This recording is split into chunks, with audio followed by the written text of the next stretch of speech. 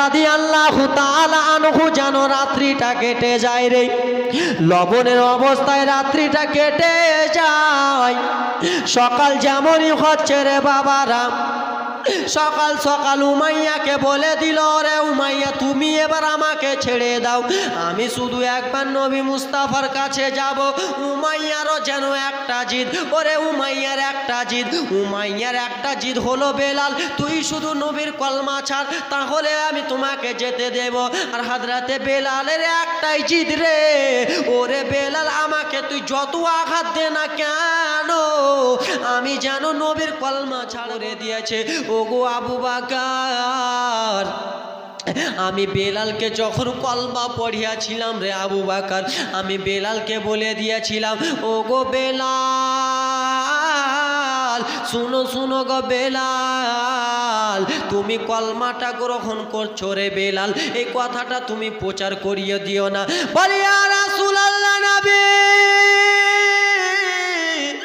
আবু বকর, আমি বেলালকে বললাম, ওগো বেলাল তোমার হালাতটা কে করেছে? বলে উমাইয়া করেছে। বলে ওগো বেলাল তোমাকে তো আমার নবী বলেছিল, ওগো বেলাল এই কলমার প্রচারটা তুমি করো না। বেলাল বলেছি, ইয়া রাসূলুল্লাহ নবী গো, আমি নিজের বাবা ছেড়ে দিব, আমি নিজের মা ছেড়ে দিব, আমি নিজের আত্মীয় স্বজন ছেড়ে দিব, আমি নিজের ফ্যামিলি ছেড়ে দিব ওগো আবু বকর, কিন্তু আমি নবী মুস্তাফার ভালোবাসা আমি উমাইয়া ছাড়তে পারবো না। I love you, I love you, I love you. পর্যন্ত জানা ছেড়ে যতক্ষণ পর্যন্ত আমার জানটা চলবে রে, যতক্ষণ পর্যন্ত আমার নিঃশ্বাসটা চলবে রে, ততক্ষণ পর্যন্ত আমি বেলাল আমাকে হাজার কষ্ট দিলেও আমি নবীর কলমা ছাড়বো না। সুবহানাল্লাহ। বলে আমি বেলাল যতক্ষণ পর্যন্ত আমার নিঃশ্বাসটা চলবে, আমার এই জানটা চলবে, আমাকে হাজার কষ্ট দাও না কেন, আমি যেন নবীর কলমা ছাড়বো না। বাবারে হযরতে বেলালকে দেখে নিল উমাইয়া, হযরতে বেলাল নবীর এত পাগল হয়ে আছে। বলে বেলাল কলমা ছেড়ে দেয়। হযরতে বেলাল সঙ্গে সঙ্গে বলে উঠল, ও উমাইয়া শুনে নে শুনে নে, একটা এমার্জেন্সি রুগীকে রে যখন হসপিটাল নেওয়া যাওয়া হয়, যখন একটা এমার্জেন্সি রুগীকে হলদিবাড়ি নিয়ে যাওয়া হয়, রুগীকে দেখে যেন ডাক্তার ইনোশন করে দেয়, সুইখানা যেন ফুঁড়ে দেয়, ইনোশনটা যেমনই করে রে, সুইয়ের রক্তগুলো যেন ওষুধগুলো যেন রগে রগে ঢুকে যায়। ওরে উমাইয়া, ওরে হারামি উমাইয়া, ওরে নবীর দুশ্মন উমাইয়া, শুনে নে রে উমাইয়া, আমার নবী মুস্তাফার কলেমা, নবী মুস্তাফার ভালোবাসা, নবী মুস্তাফার মোহাব্বত রে উমাইয়া আমার যেন রগে রগে ঢুকে গেছে রে, আমার যেন শিরায় শিরায় ঢুকে গেছে রে, আমার যেন পুরা শরীরে ঢুকে গেছে রে।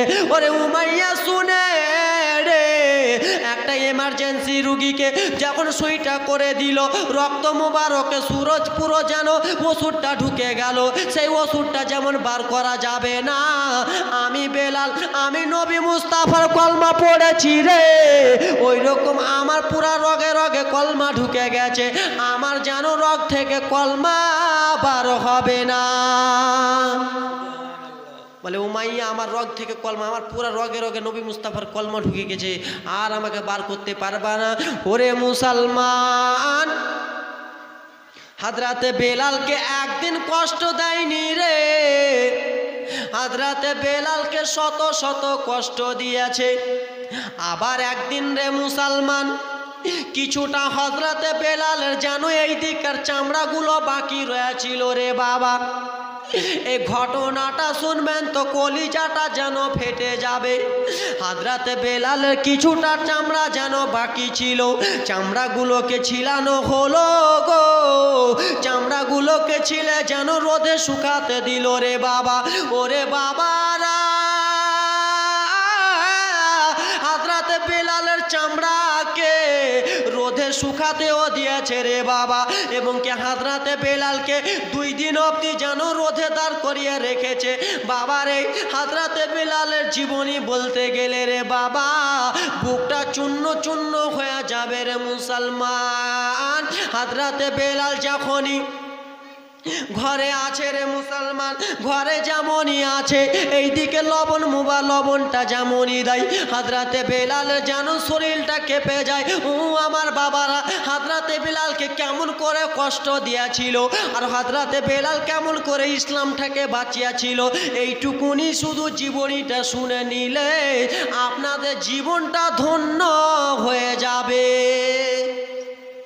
আব্বারা এইটুকুনি জীবনী শুনলে কেন দেখেন আপনারা এইটুকুনি তো ভাবতে পারবেন যে হযরতে বেলালের চামড়া কি ছিলানো হয়েছিল, হযরতে বেলালকে লবণ দেওয়ানো হয়েছিল, এবং কি হযরতে বেলালকে এবার ঝালও দেবে মুসলমান। এইটুকুনি জীবনী যদি আপনারা বুঝেন, এইটুকুনি জীবনী যদি আপনারা মেনে নেন যে হযরতে বেলালকে এত কষ্ট দিয়েছে তাও হযরতে বেলাল কলমা ছাড়েনি। আর আজকালকার মুসলমান আমরা এমন হয়েছি, আমরা সেই নবী মুস্তাফাকে ভালোবাসতে পারি না, ঠিক কিনা? আব্বাজান ভাইজান আমার বেরাদার মুসলমান, হযরতে বেলাল রাদিয়াল্লাহু তাআলা আনহু যেন রাত্রিটা কেটে যায় রে, লবণের অবস্থায় রাত্রিটা কেটে যায়। সকাল যেমনই হচ্ছে রে বাবারা, সকাল সকাল উমাইয়াকে বলে দিল, রে উমাইয়া তুমি এবার আমাকে ছেড়ে দাও, আমি শুধু একবার নবী মুস্তাফার কাছে যাব।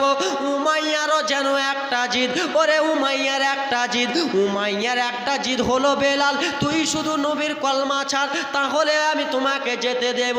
আর হযরতে বেলালের একটাই জিদ রে, ওরে বেলাল আমাকে তুই যত আঘাত দে না কেন আমি যেন নবীর কলমা ছাড়বো না।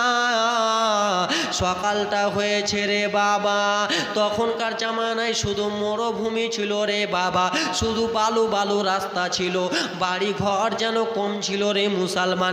একটুকা বাড়ি থেকে বার হবে আবার যেন ময়দানে চলে যাবে। আমরা এখন বাড়ি থেকে বার হয় গাছের আড়ালে লুকিয়ে যাই, আমরা বাড়ি থেকে বার হয় একটা দোকানে লুকিয়ে যাই, বাড়ি থেকে বার হলে দোকানে যেন আড্ডা দিই। তখনকার যুগে বাড়ি থেকে বার হলে যেন ময়দানে চলে যেতেন রে বাবা। যেমনই 8টা বেজেছে সকাল, হযরতে বেলালকে নিয়ে চলে গেল রে বাবা। হযরতে বেলালের গায়ে যেন চামড়া নাই, হযরতে বেলালকে যেন নিয়ে চলে যাচ্ছে। ওরে বেলাল তুমি চলো চলো। হযরতে বেলাল যেন ভালো করে হাঁটতে পারে না রে, এই জন্য হাঁটতে পারে না। হযরতে বেলালের পুরো শরীরে চামড়া নাই, ব্যথার চোটে হাঁটতে পারে না। এইদিকে আবার লবণের আঘাত করেছে, এই জন্য হযরতে বেলাল হাঁটতে পারে না। হারামি উমাইয়া জানো 2টা লোককে ডাকানো হলো, ওই 2টা লোক বেলালকে নিয়ে এসো, বেলালকে এবার বড় কষ্ট দেওয়ানো হবে। হযরতে বেলালকে নিয়ে চলে যাচ্ছে ময়দানে রে, সেই 2টা লোককে বলে দিল, 2টা লোক শুনে নেই আমি বেলালকে এত কষ্ট দিলে বেলাল যেন কলমা ছাড়ে না, এবার তুমি একবার কষ্ট দিয়ে দেখো, এবার তোমরা একবার কষ্ট দিয়ে দেখো। মালিকে মেজাজি বলে দিল, উমাইয়া যেন বলে দিল, ওগো বন্ধুরা বেলালের 2টা হাতকে রে 2 জায়গাতে বেঁধে দাও, পায়ের নিচে যেন খালি করে দাও, পায়ের তলাতে যেন মাটি রাখবা না রে, পায়ের তলাতে যেন পাথর রাখবা না রে, পায়ের তলাতে যদি মাটি রেখে দাও আর ধূপের আড়ালে যদি বেলালকে দাও, বেলাল যেন ধূপখানা সহ্য করে নেবে, বেলাল যেন রোদখানা সহ্য করে কিছুই হবে না বেলালের। হযরত বেলাল রাদিয়াল্লাহু তাআলা আনহুর পায়ের তলার মাটি যেন চাটানো হলো, পায়ের তলার মাটি যেন চাচানো হলো, এবং কিরে মুসলমান রে পাথরও টানানো হলো। এবার 2টা বাঁশকে যেন 2 দিকে বেঁধে দিয়েছে রে বাবা। হযরতে বেলালকে ঝুলিয়ে দিয়েছে, ঝুলিয়ে দিয়ে হযরতে বেলালকে বলে কলমা ছাড়। হযরতে বেলাল বলে, উমাইয়া রে আমাকে এত কষ্ট দিলি রে উমাইয়া, জমিনে দাঁড় করে আমি সহ্য করে নিচ্ছিলাম রে, আমি জমিনে ছিলাম সব সহ্য করতেছিলাম, এখন আমার পাটা জমিনে নাই, আমার পাটা জমিনে লেগে নাই রে উমাইয়া আমাকে শুধু একটু জমিনে নামিয়ে দাও। ওরে উমাইয়া হাতের ভর সহ্য হয় না রে, হাতের ভর সহ্য করব তো কত করব, হাতের ভরে আর সহ্য হয় না। ওরে আমার বাবারা তোমরা একটু বলো তো রে বাবারা, তোমরাকে যদি হাত দুটো এরকম করে বেঁধে দেওয়া হয়, পায়ের তলাতে কিছু যদি না দেওয়া হয়, তোমরা হাতের ভরটা কত সহ্য করবা রে বাবা? নবীর আশিক বেলাল বলে উমাইয়া রে এবার তুই আমাকে ছেড়ে দে রে, হয়তো আমার হাতের ডানাটা ছিঁড়ে যাবে রে, আমার ডানাটা যদি ছিঁড়ে যায় ওরে উমাইয়া আমি আর সহ্য করতে পারবো না। বেলালকে যেন নুয়ানো হলো। বাবারা লম্বা জীবনী রয়েছে রে মুসলমান, সংক্ষিপ্ত আকারে যেন সারতেছি রে বাবা গো। হযরত বেলাল রাদিয়াল্লাহু তাআলা আনহুকে যেন ঘরের মধ্যে নিয়ে গেলা হলো। এবার দেখো রে বাবা, এবার কত কষ্ট করাবে, এবার কষ্ট করাবে রে বাবা। এই কষ্ট করতে করতে নবী মুস্তাফা নিয়ে চলে যাবে। লম্বা জীবনীটা তাড়াতাড়ি করে নিয়ে আসি, কেন মা বোনদের ব্যাপারেও কিছু বলতে হবে কি হবে না? মা বোনদের ব্যাপারেও কিছু বলতে হবে, কেন আমার মা বোনের আজকাল আমার যেইখানে জালসাতে যায় একটা না একটা লোক বলে হুজুর আমি কি যে করব, হয়তো আমার স্ত্রী আমার কথা শুনে না, কি করব। তাই জন্য মা তোমাদের ব্যাপারে বলবো, মা আমার যে মায়েরা বিয়ে করেছো বাপের তুলনা দাও, ভাইয়ের তুলনা দাও, আত্মীয় স্বজনের তুলনা দাও মা, আত্মীয় স্বজনের তুলনা দিয়ে কিছুই হবে না রে মা। যতক্ষণ পর্যন্ত তোমার স্বামী তোমার উপরে খুশি না হবে তোমার জান্নাত পাবা না। আপনাদের সামনে কিছু বলবো রে মা, আপনাদের নিয়ে। হযরতে বেলাল রাদিয়াল্লাহু তাআলা আনহুকে নিয়ে চলে গেলেন মুসলমান। এবার ঘরের মধ্যে নিয়ে গেছে রে, বলে বেলাল দেখো দেখো তোমার শরীরে লবণখানা চালালাম রে বেলাল, তোমার শরীরে লবণ চালালাম, তোমায় সহ্য করে নিলাম, এবার কিরকম করে তুমি সহ্য করবা? বলে কেন কেন উমাইয়া বলো। বলে ও গো বেলাল শুনে নাও শুনে নাও, এবার তুমি যদি নবীর না কলমা ছাড়ো রে, এবার তোমাকে মারাত্মক আযাব দেওয়ানো হবে, মারাত্মক জানো তোমাকে শাস্তি দেওয়ানো হবে। বলে কি এমন শাস্তি দেবা? হযরতে বেলাল যেন বসে রয়েছে মুসলমান, হারামি উমাইয়া বাবারে আর অল্পটুকু জীবনী করবো রে বাবা, মা বোনদের অল্পটুকু জীবনী করে জীবনী যেন শেষ করে দিব।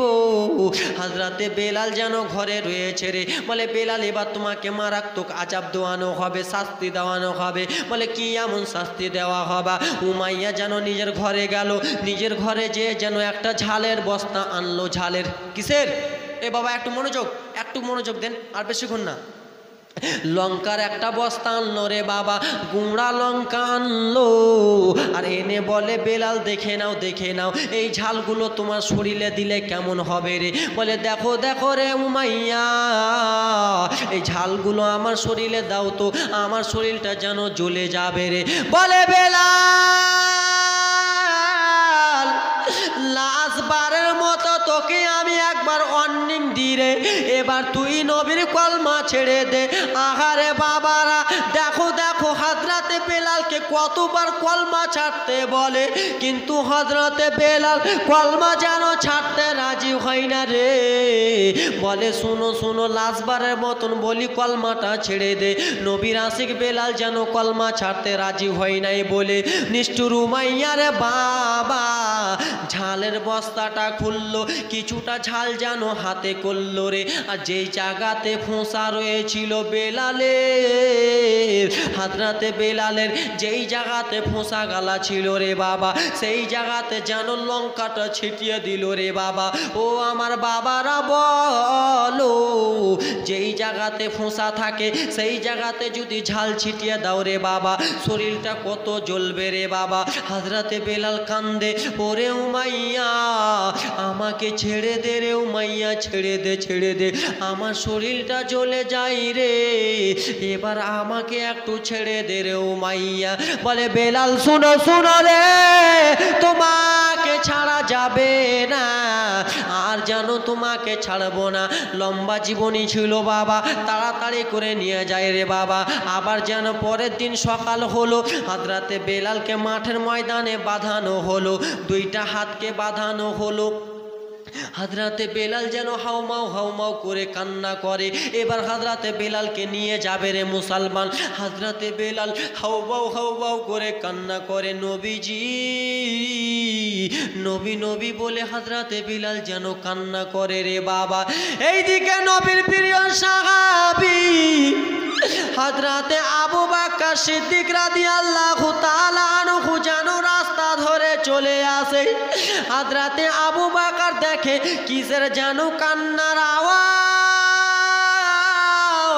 কে যেন কান্না করে রে, কে যেন কান্না করে রে বাবা।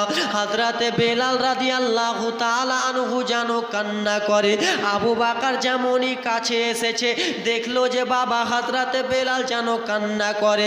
সেই বেলাল যে নবীর হাতে কলমা পড়েছিল, হযরতে আবু বকরের দুই চোখের পানি টপ টপ করে বয়ে যায়। বলে ওগো বেলাল,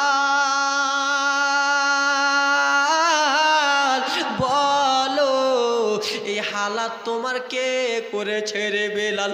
এইরকম তোমাকে কে কষ্ট দিয়েছে রে বেলাল? তোমার পুরো শরীরে যেন ফোসা ফোসা রে।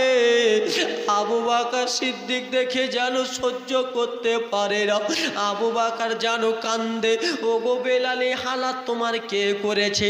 বলে শুনো শুনো গো আবু বকর, এই হালাত যেন উমাইয়া করে দিয়েছে।